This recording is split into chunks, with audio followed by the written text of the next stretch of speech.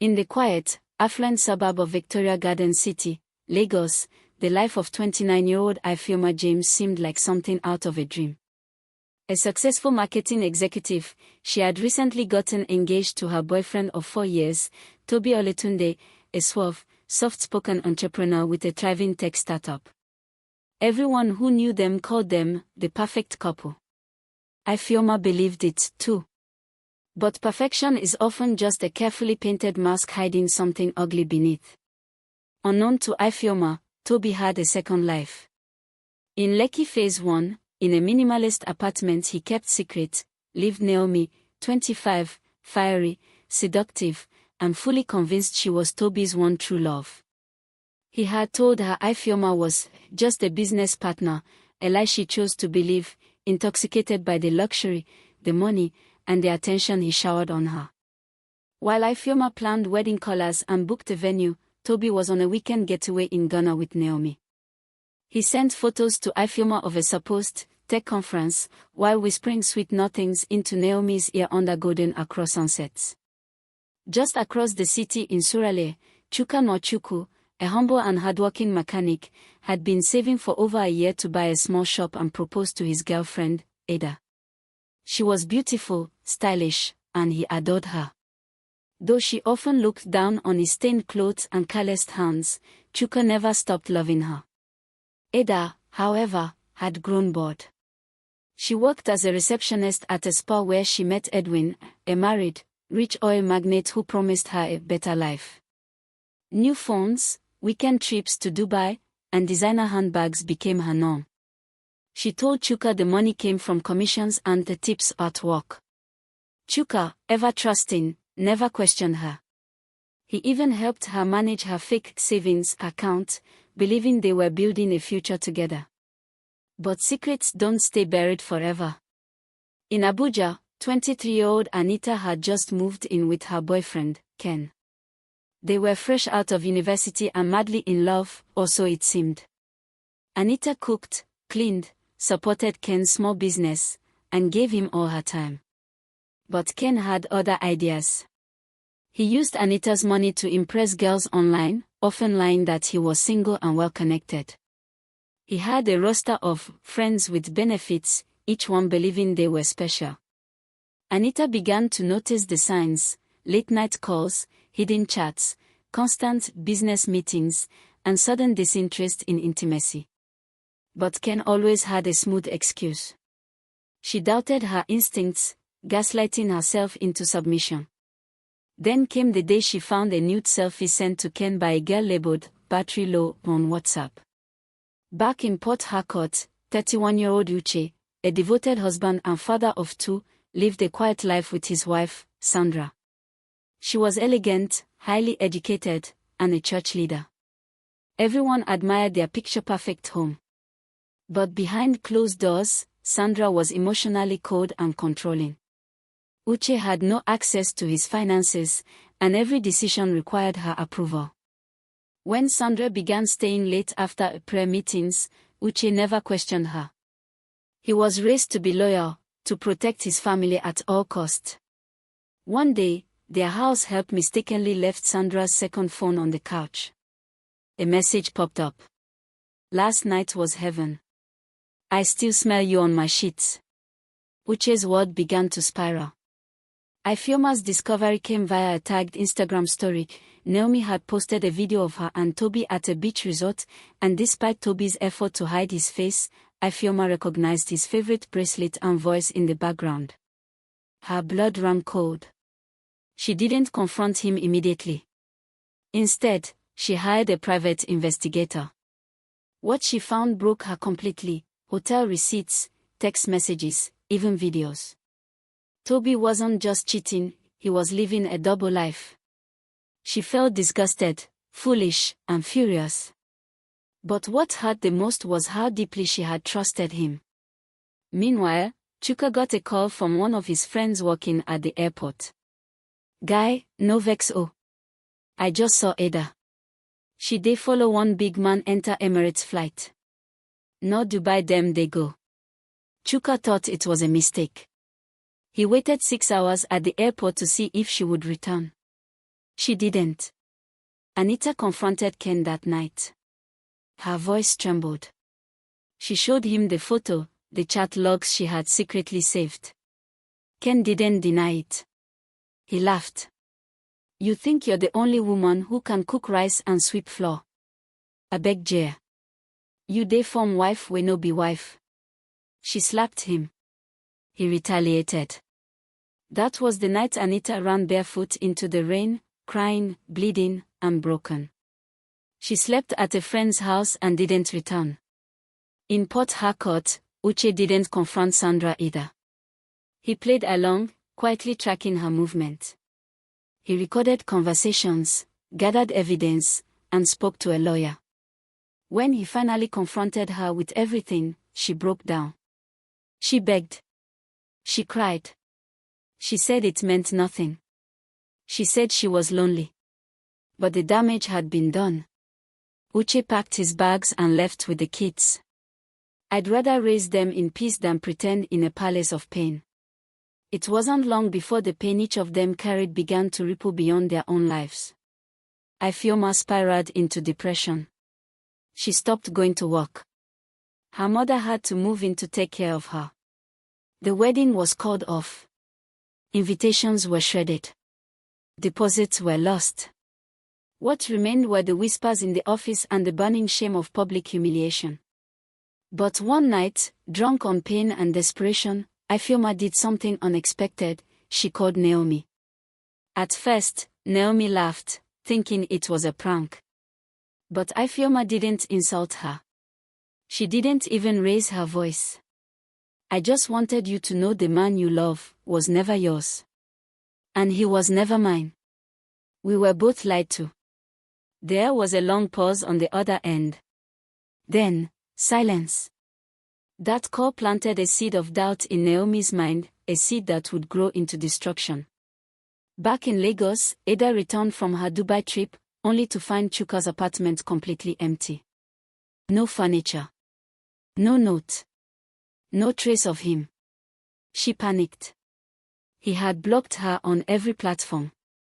A month later, while visiting her cousin's mechanic in Yoba, she saw him, Chuka, looking stronger, cleaner, with a new uniform and a bigger shop sign, Nwachuku Auto Experts. He didn't even flinch when he saw her. He simply walked inside and shut the door.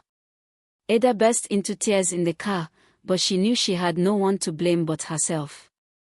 Later that week, while scrolling through Instagram, she stumbled upon a viral video of Ifeoma speaking on a podcast about betrayal and healing. The pain in her voice was too real. Ada followed her and sent her a message. What she didn't expect was a reply. In Abuja, Anita started therapy. It wasn't easy. The emotional wounds were deep. But she was determined to find herself again. She began volunteering at a center for abused women. Slowly, her confidence returned. One afternoon, while helping a new client file a complaint, she looked up and saw a familiar name on a police report, Sandra Ouche. The report stated allegations of financial abuse, emotional manipulation, and evidence of an affair with a married church elder. Anita's eyes widened. She remembered the name from a viral TikTok video about a man who moved out with his kids overnight and exposed his pastor wife's dirty secrets. That man was Uche. Meanwhile, Naomi had begun to grow suspicious. Toby's story stopped making sense. He was always working late or on a plane. She remembered Ifeoma's voice, that eerie calmness, and decided to do her own digging. What she found broke her. Toby wasn't just cheating on her and Ifeoma, he had a fourth woman in Ibadan. Married. With a child. Naomi snapped. She sent everything, photos, voice notes, locations, to every woman he had lied to. Within 24 hours, Toby's name was trending on Twitter. #Toby the Tech Fraud. His investors pulled out. His startup crumbled. Journalists hounded him. And as the empire he built on lies fell apart, the 4 women he betrayed met in private, not to fight, but to heal. Uche, now a single father, had opened a YouTube channel where he shared his journey as a divorced dad. His raw, honest videos began to resonate with thousands. He began mentoring young men on the importance of emotional intelligence and spotting red flags early. Chuka's business was booming. But more than that, his heart was healing. One of his clients introduced him to her sister, a single mom, kind, and God-fearing. They began to talk. Ada, on the other hand, found herself empty despite her luxury handbags and trips. Her sugar daddy had moved on to a younger girl. She applied to volunteer at a women's support center. That's where she met Anita. At first, neither recognized each other. But during a group healing session, their stories crossed, and the truth emerged. Both women broke down in tears. That night, they sat together for 3 hours, talking like sisters. Eventually, Ifeoma, Anita, Ada, and Naomi formed a private support group online, the Rebuild Tribe. They invited women and men from across Nigeria to join and share their stories. In a rare twist of fate, Chuka was invited as a guest speaker for one of their sessions. He almost declined until he saw Ifeoma's name listed as the host. He showed up. What followed was a soul-bearing session that left the audience in tears. The most unexpected moment. Ada walking up to the stage and publicly apologizing to Chuka. "I didn't see your worth because I didn't know mine." Chuka hugged her, but he had moved on. Still, the forgiveness was real. As months turned into a year, these individuals who were once drowning in lies began to rebuild lives rooted in truth. Ifeoma launched a wellness brand focused on emotional healing. Anita became a counselor. Chuka expanded his auto business and started a foundation for boys from broken homes. Uche was invited to speak at Unilag on emotional resilience. And even Naomi, once the seductress, began advocating for women in tech, helping them navigate career and emotional independence. Each of them bore scars. But they had learned that scars are not signs of weakness, they are proof that healing is possible. It had been almost 2 years since the chaos. Ifeoma was thriving, her wellness brand Rise from Ashes had partnered with a major NGO. She gave talks on trauma recovery, even featured in Guardian Woman. She smiled often now, real, radiant smiles. But one rainy night, as she packed for a conference in Kenya, her phone buzzed. "Unknown number, you think you've won. Watch your back. The past never forgets." She froze. Another message followed. A photo. Toby. In a dark room, staring into the camera. Holding a photo of her. Toby had disappeared after the Twitter scandal. His accounts were frozen. His passport flagged. No one heard from him until now. It turned out he had fled to Ghana using a fake identity, living under the radar. But he had returned to Nigeria, and he was angry. Desperate. Broke. Dangerous. He blamed the women for ruining his life. But the worst was yet to come. He had hacked into Ifeoma's private group server. Hundreds of women's secrets. Shared stories. Private emails. He began blackmailing them, one by one. Including Naomi. Naomi hadn't changed as much as everyone believed. While she appeared to champion women's rights, behind closed doors she had begun selling private data from the Rebuild Tribe to a shady PR firm for money. She justified it to herself, "It's not really hurting anyone." But now, Toby had the files too. He threatened to expose her unless she helped him take Ifeoma down. Naomi agreed. And that's when the cracks started forming again. Anita received an anonymous email containing photos of her hospital files from her therapy sessions, things she had never shared with anyone outside the group. The sender. Watcher01. Chuka's new girlfriend got a similar threat. Photos of her son, location data, and a voice message of Chuka speaking about his ex, Ada, recorded without his knowledge. Fear spread like wildfire. At first, they suspected a random hacker. But when Naomi accidentally used the same email handle linked to one of the leaked files, Anita caught it. The betrayal shook the tribe. They kicked Naomi out. She begged. She cried. But the damage had been done. Then Ifeoma vanished. Uche, preparing for a TEDx talk, got the call from a blocked number. If you ever want to see Ifeoma again, don't call the police. I'm giving you a choice. Come alone. Bring a camera. Let's go live. It was Toby. The live stream went up on a dark web link. Hundreds watched. Ifeoma was tied to a chair, silent, defiant. Toby ranted about betrayal, how society hated successful men, how loyalty was a myth, how men destroyed everything. But he didn't realize. Ifeoma was never weak. She had memorized his patterns. She knew he couldn't stop talking. And while he raged, police tracked the location through subtle audio cues in the stream, an airplane overhead, a Morse call in the background, and an electricity bus identified only in mainland Lagos. They broke in just as he raised the knife. Toby was arrested. Naomi turned herself in and cooperated fully, exposing the PR farm and the data pipeline. In return, she got a lighter sentence. But the damage was massive. Dozens of women's lives were shaken again. The rebuilt tribe nearly collapsed.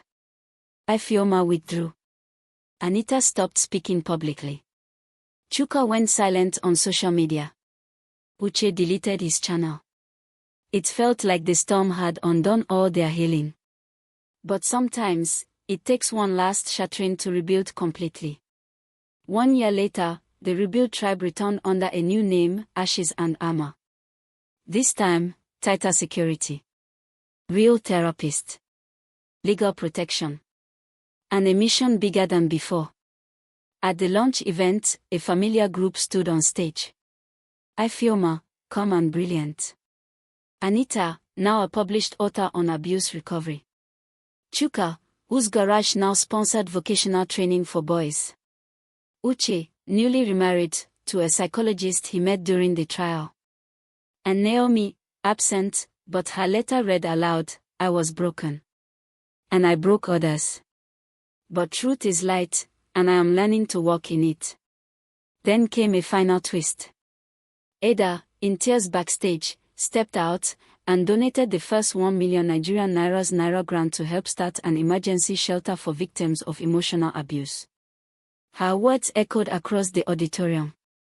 Don't envy the filtered love stories online. If you must love, love with your eyes open. Protect your heart. Know your worth. And if it all falls apart, rebuild. 6 months after the triumphant relaunch of Ashes and Armor, the core team continued growing. Their impact was national. Their reach international. Healing was happening, but healing isn't always linear. Ada, despite her generous donation and public transformation, began sleeping.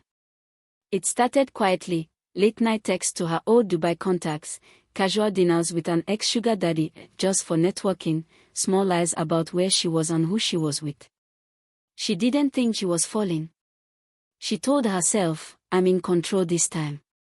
But when her account was flagged for suspicious online payments linked to a known escort ring, Anita received the call, since the money trail included the shelter's bank as a reference. Ada denied everything. But the trust was already cracked. Meanwhile, Chuka, who had worked so hard to rebuild himself and now mentored over 100 boys from troubled homes, found himself in the middle of a storm. One of his apprentices, 17-year-old Ibrahim, was caught trying to steal a customer's car. During interrogation, the boy broke down and muttered. Oga said we should move it. He dey use do side business. Within hours, news broke online, popular mechanic accused of running stolen car syndicate. Photos of Chuka in police custody went viral. The people he helped turned silent. Old critics resurfaced. Even Uche paused communication, unsure what to believe. But Ifeoma did not. She remembered what it felt like to be wrongly judged. She flew to Lagos, hired a private lawyer, bailed Chuka, and stood beside him at the press conference. Through intense investigation, it was revealed that Ibrahim had stolen the car on his own, desperate for money to send home. He had lied to reduce his punishment. Chuka was cleared, but the damage had left a scar. He almost quit. That night, he posted a long message on Instagram. Sometimes, the shadows of your past stretch long into your future. Even when you do everything right, the world may still judge you by your former scars. But I won't stop helping. I'll just help smarter. His followers returned. So did his students. Ada was called in privately by Anita and Ifeoma. No cameras. No shame. Just 3 women in a room. They didn't accuse her. They asked questions. Hard ones. Why are you sleeping? What do you need that we haven't given? Do you want to fall, or are you asking for help without saying it? Ada broke down. Sometimes I feel like I don't deserve the new life. Like I'm faking it. Like I'm still that girl begging men to take me on trips, because I have nothing else. They hugged her. That night, she re-entered therapy and began a 90-day accountability program. She deleted her Dubai contacts. This time, she wanted to be free for real. The team became stronger. Not because they were perfect, but because they were honest. Naomi, now out of prison, began writing her memoir, The Mirror Lied, and donated half the proceeds to Ashes and Armor. Chuka's apprentice, Ibrahim, was forgiven, but enrolled in a reform program led by Uche's new wife, Dr. Ayula. Anita's book became a bestseller. And Ifeoma? She smiled again. This time, as a guest at her own surprise proposal, Chuka, kneeling before her on a quiet beach in Calabar. Not because they were without pain, but because they now knew how to heal through it. Dear young heart. In the whirlwind of love, lust, ambition, and approval-seeking, the people in this story found themselves on different sides of truth. Some were loyal, yet betrayed. Some betrayed, yet pretended to be loyal.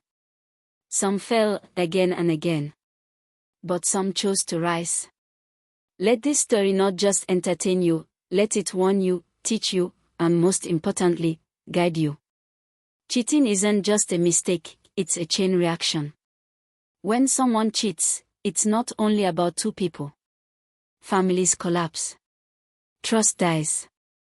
Mental health suffers. Even innocent bystanders bleed. Choices have consequences, often irreversible. Loyalty without self-respect is self-destruction. Ifeoma, Anita, Uche, they gave their all to people who gave them poison. Being loyal is noble. But never let loyalty to someone else become betrayal of yourself. The signs are always there. Don't ignore red flags. From Toby's secrecy to Sandra's manipulation to Ada's overdependence on sugar daddies, the signs were there. If something feels off, it probably is. Love shouldn't need blindfolds. Not everyone who claps for you is your friend. Naomi pretended to be a sister. But she was a storm in a dress. Protect your circle. Not everyone who smiles at you wants your healing. Some want your downfall, quietly. Healing is not a straight line. Ada relapsed. Chuka was wrongly accused. Even the strong have weak moments. That doesn't make you a failure, it makes you human. But be honest with your struggle. Pretending you're okay when you're not is how the real damage begins. Build your worth on something deeper than attention. Likes fade. Trips end. Beauty ages. But character, values, purpose, that's forever. If all your building is based on what others see, you collapse the moment no one's watching. Forgiveness is strength, not stupidity. Ifeoma forgave Chuka. Anita forgave Ada. Even Uche forgave Sandra in his heart, not to let them back in, but to let himself move on. Don't carry the weight of those who try to break you. Let your pain become someone else's blueprint. The rebuild tribe was born from destruction. Today, it saves lives. Don't waste your heartbreak, turn it into a light for someone else. Use your past to protect others from repeating it. So, to every young woman and man reading this, love, but love wisely. Give, but guard your soul. Be kind, but never blind. And if you fall, get up louder than your fall sounded. You are not what broke you. You are what you decide to become. The Rebuild Tribe.